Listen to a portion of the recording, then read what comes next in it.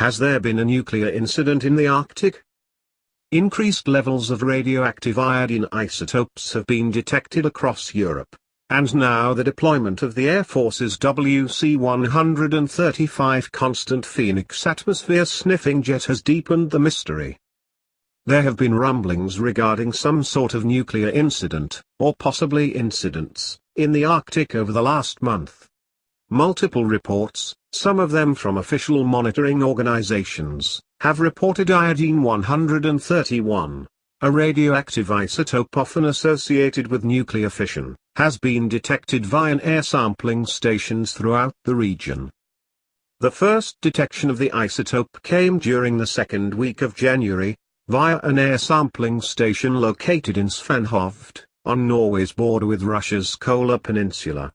Within days, air sampling stations as far south as Spain also detected the presence of small amounts of the isotope. The fact that iodine-131 has a half-life of just 8 days would point to the release occurring just days earlier, and not being a remnant of a past nuclear event. Because of the low levels of concentration, there is no health risk to the public or the environment, at least on a wide scale.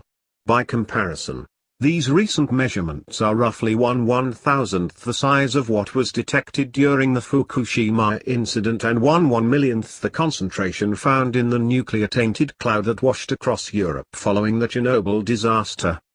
After weeks without answers, the story seemed to pass as a peculiarity, not nearly an unprecedented one at that, until Friday when the US dispatched its WC-135 Constant Phoenix atmospheric testing aircraft to Europe without explanation. The highly unique aircraft are specifically designed to respond to nuclear incidents, especially those that include the detonation of nuclear warheads. By sampling the air over wide areas and at altitude, the aircraft can provide critical data to better understand the signature of a radiation release. During nuclear tests, this can help scientists define what type of weapon was detonated, and, in conjunction with other data, how large the blast was. They can also be used to measure the effects and scale of other radiological events, like the meltdown of nuclear plants. For instance, the WC-135s went to work following the 2011 earthquake that resulted in the meltdown of Japan's Fukushima nuclear power plant. This leaves us with a number of unanswered questions. The first, what are WC-135s doing up there? Was this a good opportunity for a training sortie and to support scientific endeavors, or is it in response to a specific incident? You can check Twitter to see loads of people claiming this is proof that the Russians have restarted nuclear weapons testing at Novaya Zemlya near the Arctic. That assertion is problematic for a variety of reasons. The first is that we have no corresponding seismic data indicating a nuclear detonation from that region. Some have floated the possibility that a small tactical nuclear warhead may have been tested. Once again, this still makes a big boom, and it is not clear if the levels of iodine-131 are indicative of such a test. Of course, politically speaking, restarting nuclear weapons testing would signal a massive shift in Moscow's nuclear weapons policy.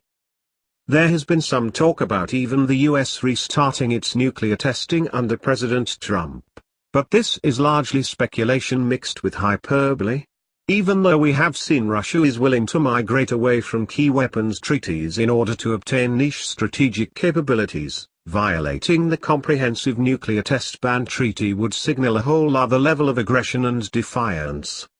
A more likely possibility is that some sort of limited nuclear materials storage, research, or power generation incident has occurred. Russia uses nuclear propulsion for many of its active submarines as well as its Kirov-class battle cruisers and its icebreakers.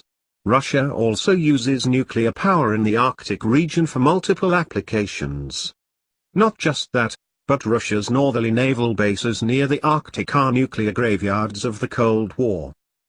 Hulls of decommissioned nuclear submarines sit idle still waiting to be denuclearized and disposed of. Many have said that over the decades following the end of the Cold War, These vessels are just an accident waiting to happen. Some of these vessels remain on the Kola Peninsula near Murmansk, one of Russia's largest nuclear waste containment facilities, where the reactors of these decommissioned submarines are stored, is also located nearby at Sadr Bay. Today, some 80 reactors and their shredded components are stored there in massive casks. Eventually the facility will accept 155 reactors. The Arctic is also dotted with other Cold War relics that relied on nuclear power to function. These include Russia's nuclear lighthouses and outposts. And this is just what you can see. Below the surface, hulks of sunken nuclear vessels and other waste still pose a major threat to the environment. It is not really a question of if they will do harm, but when.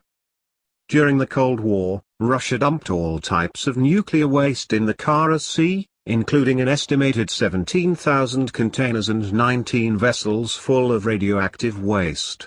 The USSR also pitched 14 nuclear reactors, some with spent fuel rods, into the same body of water, and other forms of lower-level nuclear waste was just poured directly into the sea.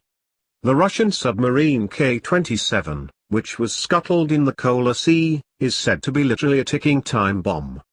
That is just that one area, and other areas in the region, such as the Barents Sea, K-159, and Norwegian Sea, K-278, also have abandoned nuclear submarines and who knows what else lining the sea floor.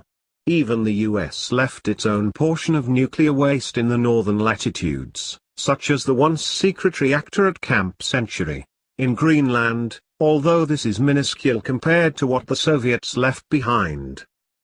On top of all the Russian nuclear material that is actually rotting in Arctic, there are also nuclear power, ship maintenance, and research stations that also dot Russia's northern reaches.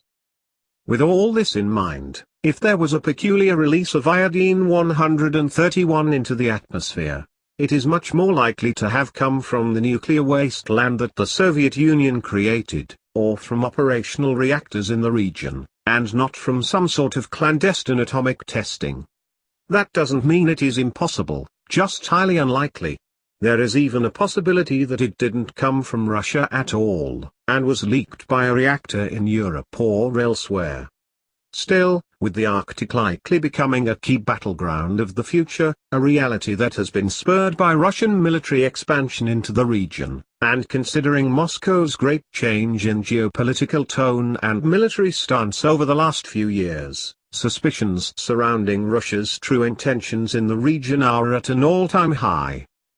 Now we'll have to wait and see if the Pentagon releases more information on the movements and findings of its WC-135, and if there is yet another new spike in radiation coming from the region. If anything else, this mystery should serve as a stark reminder, and a warning, of what mankind has left behind near the Arctic, and how perilous a threat it still poses nearly 3 decades after the Cold War officially ended.